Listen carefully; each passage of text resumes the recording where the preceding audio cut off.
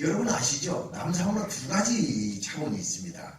하나의 차원은 학습입니다. 배우자.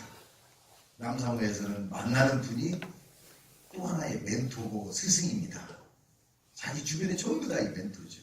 아까 정양근 이사도 이 허리 운동, 몸 전체 건강의 멘토가 될 수 있는 분이죠. 여기에 시인들은 아주 즐비하시고요. 역사 애호가들이시기 때문에 모든 것이 아주 배움의 콘텐츠를 가지신 분들입니다. 두 번째는요, 즐기는 겁니다. 남한산성은 힐링의 장소입니다. 이 소나무 숲이 얼마나 좋은지 몰라요. 그 다음에 여기 오면은 또 그래도 좋지 않습니까? 또 최근에 오신 우리 권광식 박사님, 권 박사님은 생명농업에 아주 높은 수준의 그 원리를 우리한테 주는데, 우리는 배우고 그 다음에 즐기는 남사모에 오셔서 서로 자기가 가진 것을 나누자. 그래서 명함도 나누고 자기의 취미도 나누고 인맥도 나누고 전부 다 나누다 보면은 남사모가 새로운 차원으로 가는 것이 아닌가 싶습니다. 자, 이번에 우리 내가 아주 설명을 드릴게요. 우리 조훈철 박사는 원래 2부 강의에 할 조훈철 박사는 미술을 전공하신 분입니다. 근데 이분이 문화재에 대해서 아주 깊이 연구했는데 아주 내용이 너무 좋아서 이번에 모시기로 됐습니다. 자, 준비되셨죠? 우리 PPT도 한 70장 정도 너무 좋은 자료를 가지고 오셨습니다. 자, 여러분, 조훈철 박사님 모셔서 박수로 맞이하겠습니다. 많이 기다리시라고 수고하셨습니다.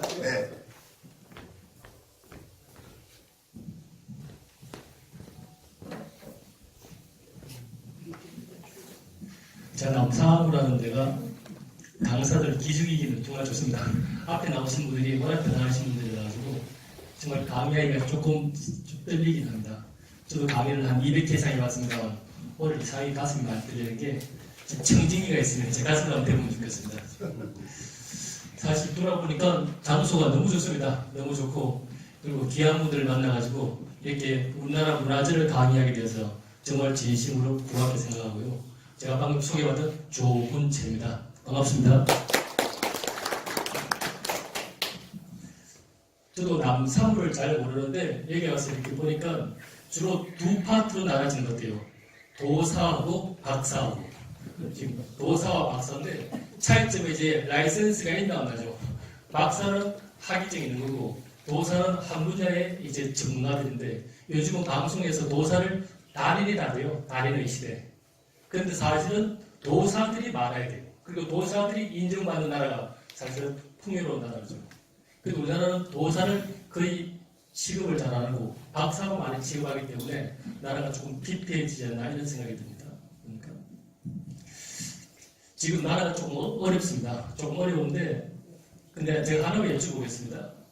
만약에 튼실한 화려한 꽃이나 튼실한 열매를 맺으려면 일단 가장 중요한 게 여러분 뿌리라 생각하시죠. 뿌리가 튼튼해야 됩니다.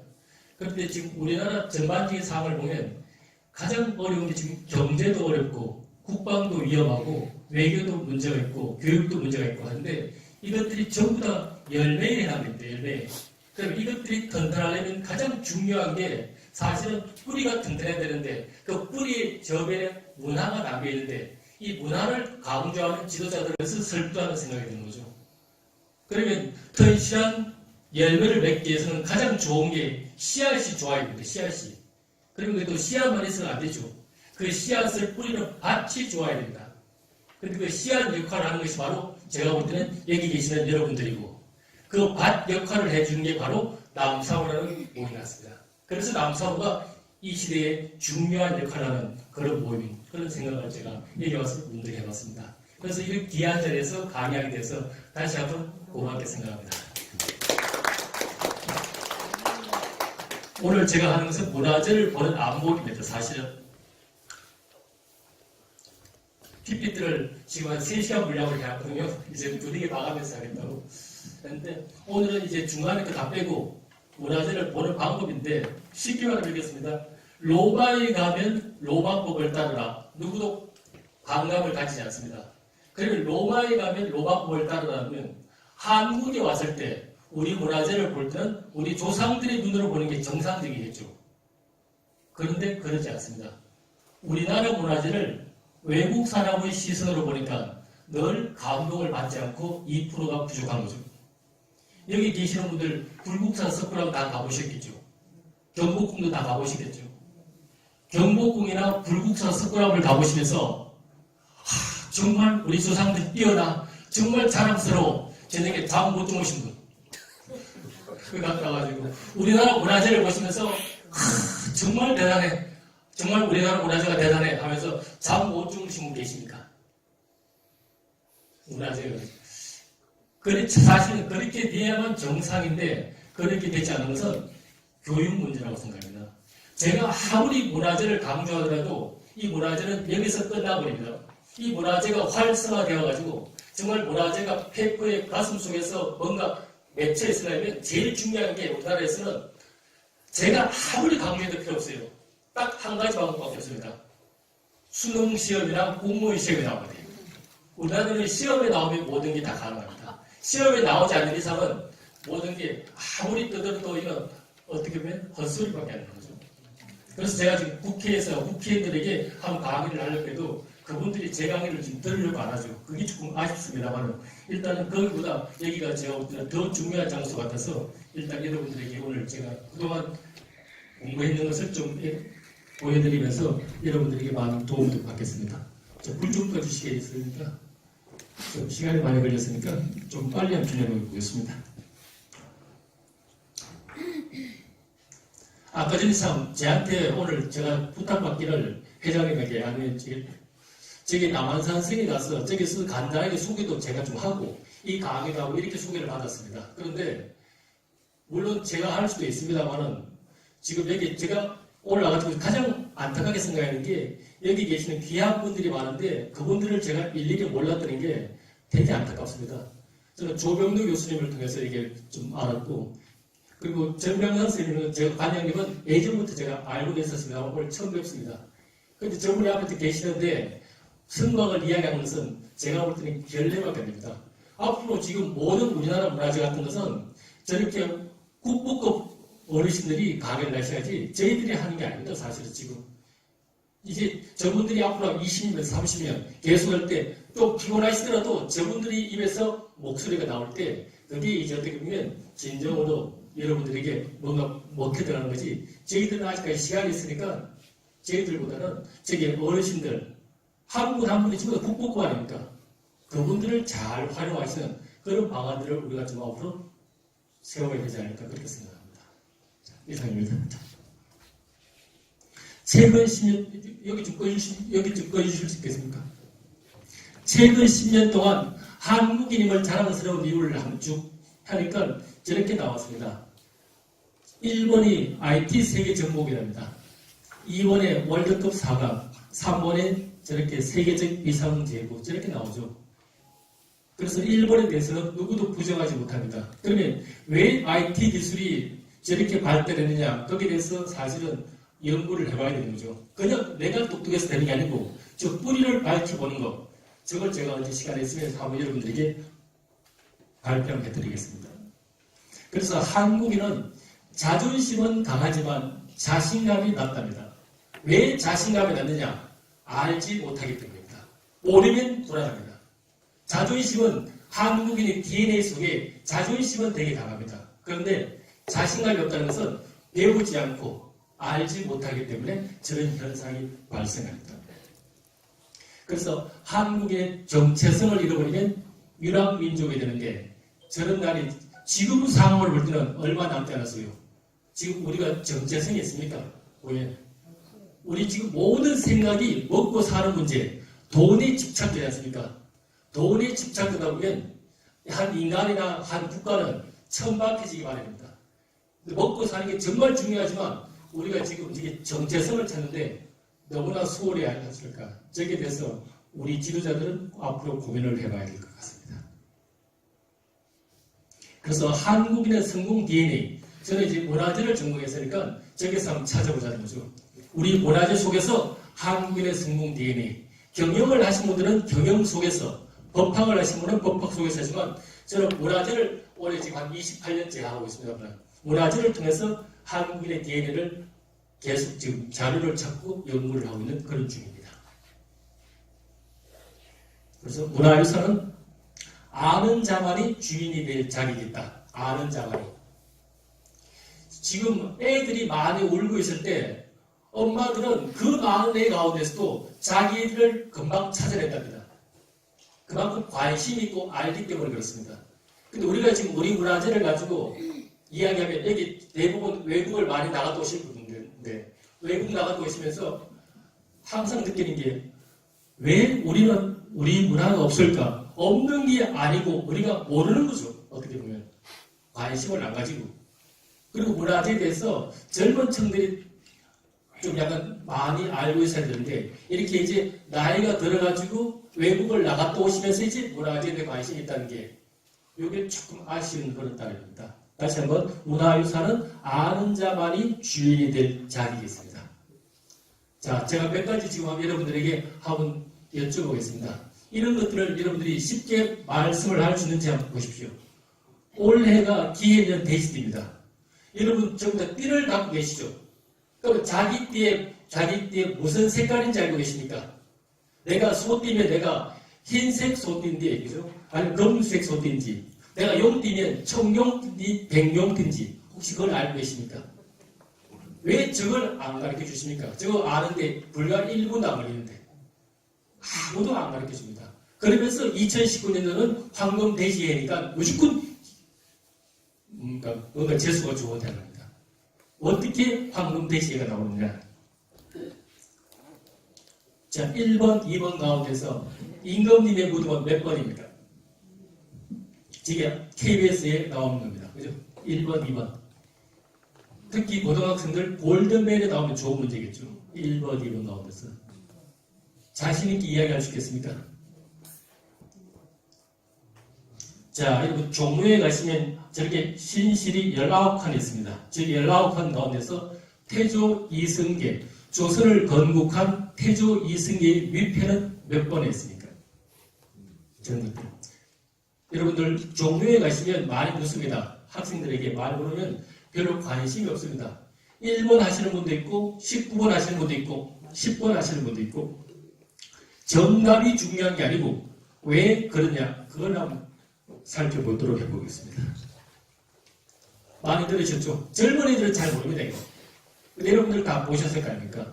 홍동백서라는데 홍동 동쪽에는 붉은 것을 서쪽에는 흰 것을 놓는답니다. 그 동서의 기준이 뭐냐죠. 그거 잘 모르겠는데 보시면 초등학교 교과서에도 나온답니다. 그리고 조리 기능장 시험에도 나온답니다. 그런데 여기에 대해서 가르쳐주는 사람은 아무도 없습니다. 제가 초등학교 교사들 강의를 하면 아무도 몰라요. 그러면 저걸 어느 날 갑자기 미국인이 와서 가르쳐주지도 않을 거고 일본인이 와서 가르쳐주지도 않을 겁니다. 자, 이 네 개가 경복궁의 문입니다. 이 가운데서 서쪽문은 어디겠습니까? 경복궁의 서쪽문은 옛날에 여러분들 고등학교 때 관동별곡을 배웠을 겁니다. 강호의 병이 입어 융림에 누웠더니 관동 800리의 방매를 맡으시니 의아 서문이야 가리로 망극하다. 연춤은 들이다나 경외나무 바라보긴 할 때 그 연춤, 그죠? 그게 서쪽문을 이야기합니다. 그래 왜 가을이 서쪽문이 되는 얘기죠? 아내의 지명과 관련이 깊은 조선의 임금님은 누구십니까? 저 조선의 임금은 저 세 군데를 다 가보셨죠? 오늘 여러분 아시는 인조 임금입니다. 인조 임금이 이도아리란 때 공산성으로 피난 가시고 정묘호란 때 강화도로 피난 가시고 병자호란 때 남한산소로 가시는데 이 세 곳이 전부 다 세계 문화유산으로 등록되어 있죠. 정말 묘한 운명이죠. 묘한 인연입니다. 자, 여기 보시면 공주에서 모령왕릉 출토 왕과 왕비의 묘지석을 보니까 그 묘지석에 보니까 특히 왕비의 묘지석에 보니까 병오년 12월 백제 국왕 대비 수종 그다음 뭡니까 거상제 유지죠. 유지. 그럼 유지에서 장례를 치렀다 할 때 그럼 유지는 어떤 지역을 말합니까? 그죠? 유지가, 장수가 저런 게 나왔을 때 저런 것들도 우리가 알아야만 되는 문제입니다. 자, 남한산성입니다. 인조는 남한산성 서문으로 나와서 삼전도로 향했다. 그래서 서문은 우익문입니까? 좌익문입니까? 우익, 좌익할 때 우자가 동문성과 어떤 관계가 있느냐? 외국어 보는 거죠. 지금 하시는 게 보십니까? 지금 분명히 영어 시간도 아니고 수학 시간도 아닙니다. 지금 우리나라 말로 제가 지금 우리 문화를 이야기하고 있습니다.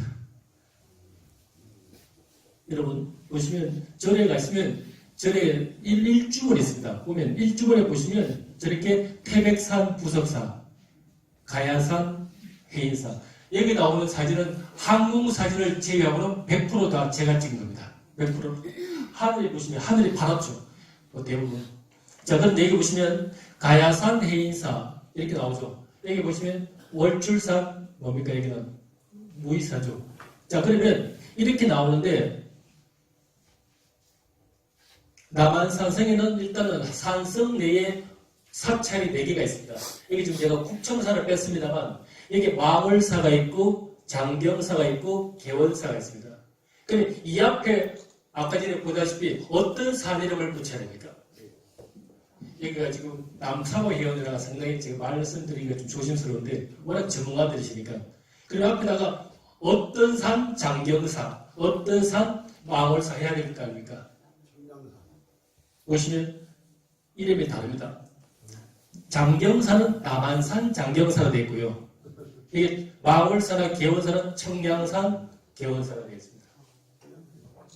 그리고 이게 남한산, 청량산 이게 어떤 관계가 있는지 그건 제가 잘 모르겠습니다. 일단 제가 이거를 여러분에게 좀 여쭤봐야 될 건데 결국은 이 말은 이렇게 산신이 다르다는 말입니다. 산신 자체가 장경사 산신이고요. 상경사 산신하고 결국은 뭡니까? 마월사, 개원사, 산신은 다르다는 거죠.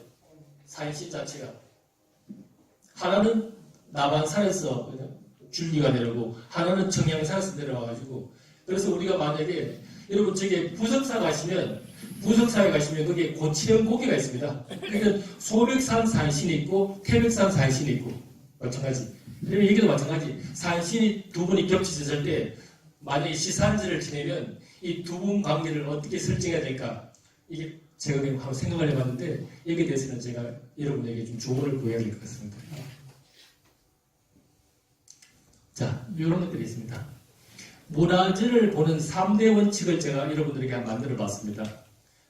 이제 말했죠. 로마에 가면 로마법을 따르듯이 한국에 와서는 우리나라 문화재는 우리 조상들의 시각으로 보자. 이게 오늘의 포인트입니다.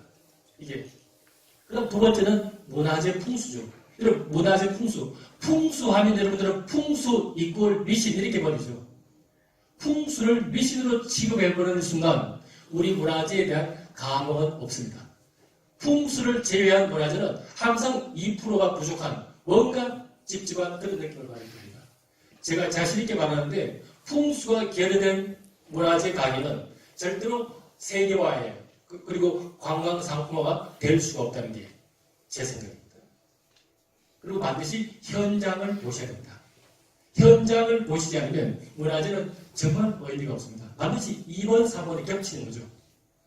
근데 오늘은 1번 위주로 해서 여러분들에게 강의를 해서 올리겠습니다. 자, 이제 3가지. 반드시 선조들의 시각으로 봐라. 문화재 풍수 현장을 중시하라. 저 3가지가 항상 제가 생각하는 이야기입니다. 보시면, 자, 보십시오. 위에 저 플라시보 효과 있죠? 가짜 약으로 심리적 영향을 끼쳐 치료하는 것. 그리고 조선시대 여러분들, 조선 4대 부들은 문필봉이 하나의 종교입니다, 종교. 앞에 삼각형 모양의 이런 산 모양이 있으면 이런 산 모양을 자기 집 안으로 끌어들입니다. 특히 내가 집을 지을 때 제가 중간집을 가보니까 10집 가운데 7집은 앞마당 앞에 이렇게 문필봉이 있습니다. 문필봉은 하나의 신앙입니다. 제가 가보니까 문필봉이 보이는 집하고 보이지 않는 집하고는 땅값 자체가 지금도 다르요. 그러면 똑같은 거 뭡니까? 똑같은 건데 어떻게 보면 얘는 뭡니까? 아니 학문으로 정착이 되어 있죠. 의학에서 학문으로 정착되어 있는데 이거는 미신으로 취급해버리는 겁니다. 똑같은 이야기인데 똑같은 상황을 가지고 하나는 미신이 돼버리고 하나는 과학으로 이야기 돼버립니다. 우리는 이걸 어떻게 생각해야 되는지 한번 같이 생각해 보도록 해보죠. 자, 한번 보실까요? 이제 자, 산에 여러분 보시면 이 산 기운이 이렇게 내려온다는 게 이게 이제 보여줘야 돼요. 이렇게 보여줘야죠. 이렇게 쭉 내려와서 여기가 성균관대학교고 여기가 창덕궁입니다. 자, 그러면 창덕궁인데 겨울 사진이죠. 이쯤 다 방송국이 제가 캐치하였습니다만 자, 그냥 보시고 경치가 좋구나. 그리고 한국의 궁궐 가운데서 가장 뛰어난 궁궐은 창덕궁이다. 왜 뛰어나냐? 자연의 기내여서 자연과의 조화 이렇게 추상적으로 말해버립니다. 그럼 어떤 것이 자연과의 조화냐? I don't know. 그죠? 막연하게 이야기하는 거죠. 보시면 여기서 여러분들이 창덕궁의 중요한 점 가운데 하나가 뭔가면 여기 보십시오. 보이시죠? 하늘에서 보면 여기가 인정전 가장 중심되는 공간입니다. 공간인데 이 앞에 인정전 앞마당이 보십시오. 앞마당이 마루목걸이죠. 궁궐 앞마당이 이렇게 마루목걸은 있을 수가 없죠. 절대로. 이걸 설계하신 분은 감옥서 들어갔죠. 그러니까 왜 이렇게 감옥서 들어갈 일을 감당하면서 왜 이렇게 만들었을까? 이거죠. 왜 이렇게. 이런 것들이 글 속에는 나타나지 않습니다. 그런데 이거는 상당히 중요합니다. 왜 이런 생각을 가졌을까? 나중에 여러분들 창덕궁 가시면서 이걸 한번 고민해 보시기 바라겠습니다. 또 하나 볼까요? 역사 스페셜입니다. 역사 스페셜에 2001년도 2월 3일자 보시면 경복궁의 북쪽으로는 북한산의 보현봉이 있고 남쪽으로는 관악산이 있습니다. 이 두 봉우리를 연결해 보겠습니다. 경복궁 축이 일치합니다. 다시 한번요. 북한산에 보현봉이 있고 남쪽에 관악산이 있는데 이 두 봉우리 축이 일치한다. 이걸 유인촌 씨가 이야기했습니다. 역사 스페셜에서. 자, 그러면 현장을 제가 직접 한번 가볼게요. 이렇게 요게 유인촌 선생의 손입니다. 이렇게 보현봉과 경복궁, 관악산 이게 일치된다. 이렇게 KBS에 나와서 이야기하고 있습니다. 자, 그런데 여러분 날씨 좋을 때 버스를 타고 세종로 가셔가지고 교보문 앞에 이수신 장로 동상 있죠. 그 동상 앞상 보십시오. 이렇게 나옵니다. 그죠? 이렇게 세종대왕 계시고 이 뒤에 요 봉우리가 보현봉입니다. 이게 경복궁 축입니다.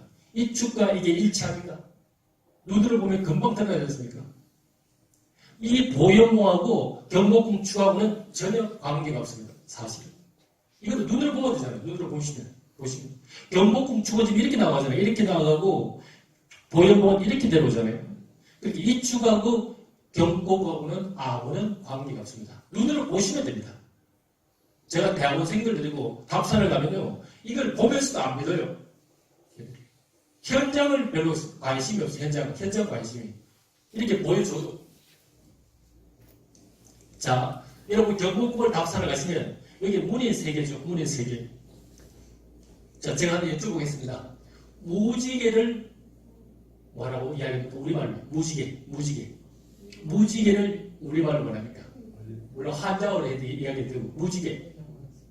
그러면 사람들이 무지개를 뭐라 하면 대부분 학생들이나 어른들 하시는 말씀이 무지개 하면 레인보우. 성은 레시고. 그치? 무지개를 우리말로 홍해라고. 홍해. 그죠? 무지개 홍자를 쓰잖아요. 그래서 여기 보시면 이게 전부 다 홍해문이죠. 홍해문이죠. 이게 무지개 모양의 문 아닙니까? 그죠? 그러면 문이 3개가 있을 때 요 한가운데를 한번 가보십시오. 앞으로 경복궁 답사를 가실 때 요 한가운데를 가셔가지고 쟤처럼 이렇게 한번 보십시오. 이 사람처럼. 이렇게 딱 쓰면 여기 축이 일치하죠. 이렇게 일치하잖아요. 안으로 보면. 그리고 이 사람이 지금 돌아서 보면 이렇게 나잖아요. 그죠? 그러면 요 축선 나가죠. 이렇게 축 나간다. 다시 한번. 이 사람이 보는 데가 축선이 이렇게 빠져나가죠. 여기가 조선을 봅니다. 여기가 동아면세점이고 요 사이로 빠져나갑니다. 그죠? 축선 자체가 눈으로 보시면 됩니다. 저는 청량을 전공하기 때문에 이건 금방 알아요. 저는 청량, 항공산 청량 전부 다 제가 전공을 했기 때문에 금방 보면 독도보 같은 걸 보시면 축이 저렇게 보이죠. 자, 옛날 사진 보시면 저기가 관악산입니다. 저기가 관악산이고 자, 6조 내려가 이렇게 뻗쳐나가죠. 이렇게 뻗쳐나갑니다. 하나 더 볼까요? 그래서 우리나라 경복궁의 축선은 아까 전에 말했던 보형봉이 아니고 보형봉 뒤에 있는 그게 백운대 있죠. 삼각산 백운대. 이 백운대, 망경봉, 인수봉 이 축선에다가 경복궁, 숭례문, 관악산 이 축을 맞춰서 설계되는 것이 경복궁의 노선 계획입니다. 정도전의 생각입니다. 이 축선상 이렇게 백운대에서 경복궁, 숭례문, 관악산 이 축선상에 맞춰주는 거죠. 그러니까 백운대에서 경복궁, 숭례문, 관악산 그러니까 숭례문이 정남쪽의 문임에도 불구하고 정남쪽에 있지 않죠. 산을 축으로 만들기 때문에. 자, 이 사진 정말 보안 힘들거든요. 여러분 아시다시피 청와대 뒤에서는 사진을 못 찍게 하잖아요.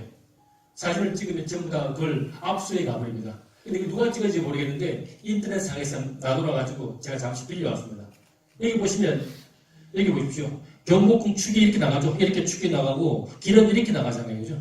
관악산은 여기 있고 여기가 노란 선이 바로 숭례문입니다. 이렇게 축이 나가잖아요. 이렇게 축이 나가가지고 관악산을 바라보고 있죠. 이렇게. 이 축선상을 하다 보니까 정도전이가 어떻게 생각했느냐. 이 산 자체가 화산이죠. 화산. 합천해인사도 화산, 월출산도 화산. 화산의 저 기운 때문에 경복궁에 불이 많이 난다는 거죠. 그러니까 저 불길이 바로 들어오는 것을 막기 위해서 1차 방어선으로 이 축선상에 길을 옆으로 조금 비껴놓는 거죠. 바로 하지 않고. 이게 1차 방어선이 되고요. 그 다음 두 번째 보십시오. 여기 왕조실록에는 정남쪽이 숭례문이니 남대문이라 한다. 이렇게 글은 써놓았지만 실제 가보면 여기는 남쪽에서 서쪽으로 조금 빗나가죠. 빗나가고 숭례문의 가장 중요한 모티브, 가장 중요한 게 뭔가 하면 바라보는 시선입니다. 이게 왜 한가운데 바로 있지 않고 바라보는 시선이 서울역 쪽으로 바라보고 있죠. 이게 포인트라니까요. 포인트. 숭례문이라는 글자가 세로로 되어 있고 저런 것들을 잘 활용하셔야지만 스토리텔링이 돼서 이게 관광 사업화가 되는데 저런 거는 전혀 언급을 하지 않습니다. 보시면 여기 보십시오. 여기 지금 이 귀한 사진 여기 못이 하나 보이죠. 유일하게 못이 하나 보입니다. 이 남지 못입니다. 못. 이게 또 이제 화재를 방지하기 위해서 만들었다 남지 못. 그리고 이게 숭례문이 세로로 되어 있다. 해태상이 있다. 그리고 방향 자체가 이렇게 틀려져 있다. 이런 것들을 전부 다 잘 모아서 만약에 문해창작가 아이들이나 글 잘 쓰는 분한테 주면 서울은 정말 스토리텔링이 풍부해서 관광 자원으로 우수한데 이런 이야기는 전혀 없습니다. 그러니까 2%가 부족한 거죠. 그러니까 이 자체가 관광 자원. 그래서 자동차를 10만 대 판다. 배를 뭐 10대씩 판다. 그거보다 앞으로는 뭡니까? 꼴뚜가 없는 산업. 이것만 잘 활용해도 우리는 21세기에 충분히 먹고 살 수 있는데 우리 주머니에 속에 이게 있음에도 불구하고 이게 귀한 줄 모르는 게 지금 우리 민족이 아닐까. 지금 이런 생각이 드는 거죠. 자, 한번 볼까요? 여기 보시면 아까 전에 제가 현장을 보라 했습니다. 현장을 보셔야 되고 풍수를 얘기할 때 현장 보시면 자, 삼국사기 신라봉기 삼국사기 내용이 이렇게 나와 있습니다. 일단 여기에서 팩트는 어느 겁니까? 다른 건 다 필요 없고 진짜 있는 사실은 얘밖에 없죠. 겨울철 11월달 이거밖에 없죠. 이 밑에 것은 뭐다? 성자의 기록이고 진짜 우리가 알 수 있는 확실하게 믿을 수 있는 것은 얘밖에 없잖아요. 이때 겨울 11월은 음력이죠. 근데 얘만 팩트입니다. 근데 이 밑에 것 보십시오. 성자의 기록이니까 이렇게 써놔버리지 않습니까? 그러니까 이렇게 써놓으니까 물론 이제 김부식이 이제 고려의 건국을 정당화하려고 하다 보니까 이렇게 썼겠지만 이것이 두고두고 화근이 돼서 이 사실을 가장 잘 활용하는 사람이 바로 일본 애들이 일제강점기 때 이걸 잘 써먹지 않습니까? 그래서 우리나라 국보 1호가 숭례문이고 보물 1호가 동대문이고 사적 1호가 바로 얘 아닙니까? 왜 일본 애들이 사적 1호를 얘를 만들었겠습니까? 사적 1호를 너희 조선인들은 봐라. 나라가 이렇게 밑으로 와도 저렇게 저런 데 가서 그죠? 왕이 술 퍼먹고 놀다가 저런 일을 당했지 않느냐. 그러니까 그런 우리 조상들이 썼지만 그걸 가지고 가장 잘 활용하는 놈은 일본 애들이라니까요. 그래서 포석정을 가지고 저렇게 하는데 저걸 우리가 바꿀 생각조차를 안 하죠. 여러분 다 가보셨겠지만 입장료 쳐주고 들어가서 보는데 10분 안 걸리죠. 그냥 인정사진만 찍고 나오면 됩니다. 사실은. 그런데 저는 우리나라 학생들, 특히 이과계 학생들은 여기를 반드시 가야 한다고 생각합니다. 이과계 학생들은. 여기서 만약에 술잔을 띄우면 이 술잔을 그냥 그대로 놔둬버리면 이 술잔이 흘러서 나가서 이렇게 오는데 이게 한 2분이면 끝난답니다. 그런데 아무리 머리가 좋은 채치원 같은 사람에게 어떤 시제를 딱 떼어주고 시를 지어야 할 때 아무리 머리가 뛰어난 사람이라도 보통 6분 내지 7분은 걸린답니다.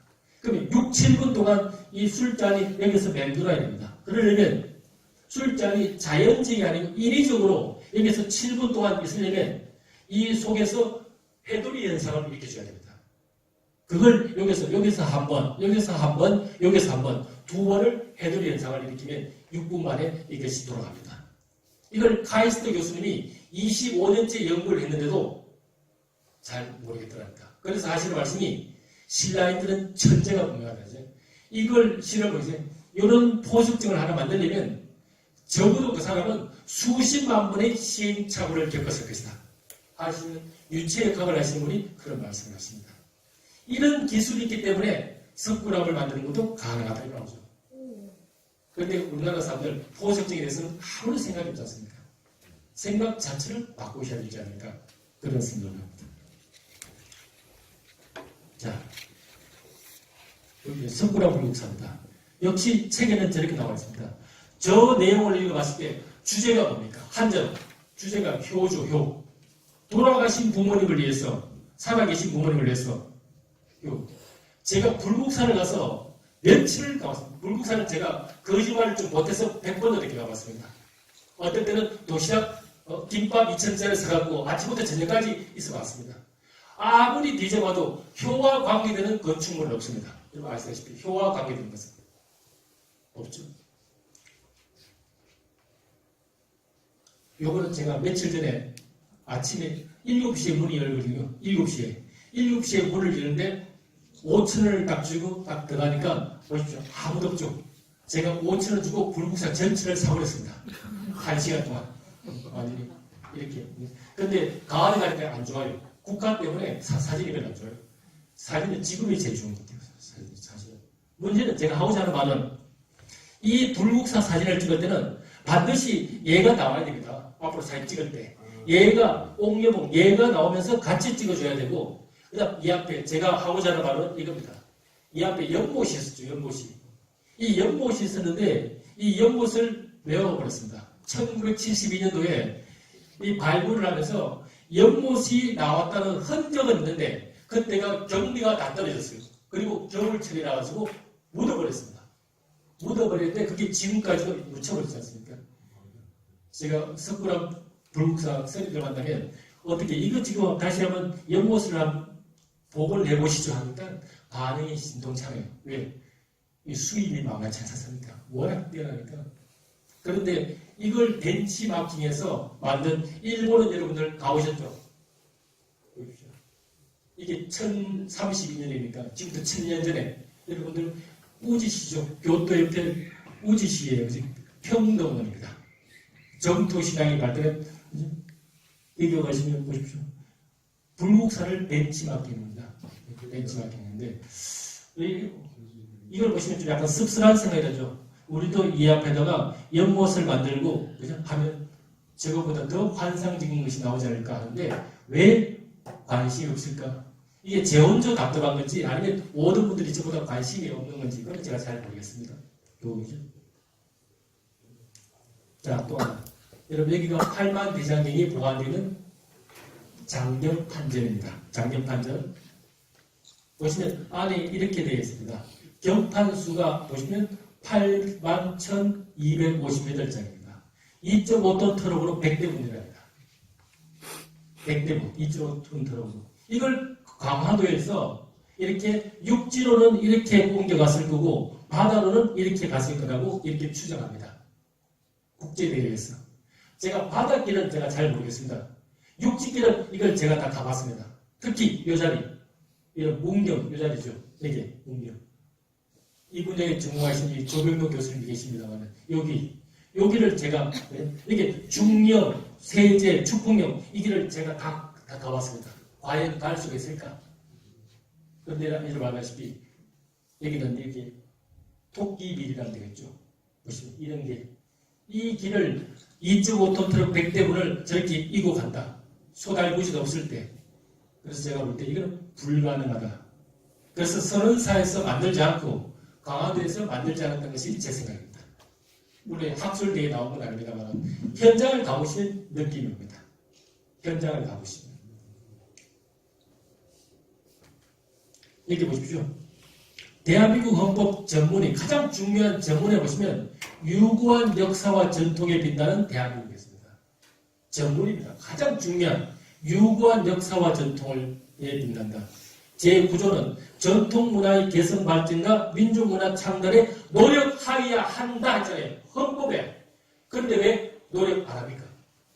직무유기죠. 우리나라 지금 노력 안 하잖아요. 이거. 왜? 그죠? 분명히 유구한 역사와 전통에 빛나는 이렇게 전문에 써놓고 제9조는 전통문화 개선 발전에 왜 창달에 왜 국가도 노력하지 않고 왜 남사와 같은 단체에서만 노력을 합니까? 국가에서 노력을 해줘야지. 분명히 헌법에 저렇게 나와 있는데 문화유산 헌장에 보시면 가정과 학교와 사회교육을 통해서 널리 일깨워야 한다. 근데 왜 안 합니까? 그죠? 직무유기지 않습니까? 왜 그러냐? 제가 이렇게 보니까 이겁니다. 문화재청 올해 예산이 8,600억입니다. 그런데 우리나라 국가 예산이 470조죠. 제가 할 일이 없어가지고 주판을 두드려봤습니다. 두드려보니까 470조에 8,600억이 어떤 돈이냐? 여러분이 한 달에 500만 원을 번다고 생각해보세요. 한 달에 만약에 한 달에 500만 원을 벌었을 때 그 500만 원 가지고 자식들 데리고 경복궁도 한번 가고 그죠? 영화 구경도 한번 하고 그렇게 하는데 얼마쯤 쓰면 되겠습니까? 한번 생각해 보십시오. 내가 월급이 500인데 우리 집에 애들 데리고 아까 오페라도 보고 영화도 한번 보고 그리고 경복궁도 가서 애들하고 구경을 시켜주려면 얼마쯤 들겠냐고 합니다. 얼마쯤. 여기 나오는 470조에 8,600억을 제가 계산해 보니까 저게 9,000원 밖에 안 됩니다. 10,000원이 안 돼요. 10,000원이. 그러니까 내가 500만 원 받는 사람이 9,000원을 가지고 문화향유비로 쓰고 있는 거죠. 9,000원을 가지고. 그러니까 우리나라 예산을 주관하시는 분이 문화를 잘 모른다는 거죠. 그리고 쉽게 말하면 좀 제가 약간 극한 표현입니다만 탁상공인이라는 거죠. 그러니까 저런 금액밖에 나오지 않는 거죠. 그러니까 앞에 직무유기를 하고 있는 수밖에 없구나. 그래서 생각이 바뀌어야 된다. 이렇게 생각합니다. 이게 제 생각입니다. 그래서 한국의 문화에서는 어떤 분이 말씀하셨죠? 아는 만큼 보인다. 저것보다 더 중요한 것은 제대로 아는 것이 중요하다. 제대로 알 때만 살아가게 되는 거죠. 그래서 제가 볼 때는 가장 중요한 게 호기심이라고 생각합니다. curiosity. 호기심이 가장 중요한 것 같아요. 호기심이 있으면 질문을 하게 됩니다. 질문을 하면 답을 얻습니다. 답을 얻다 보면 이제 알게 되죠.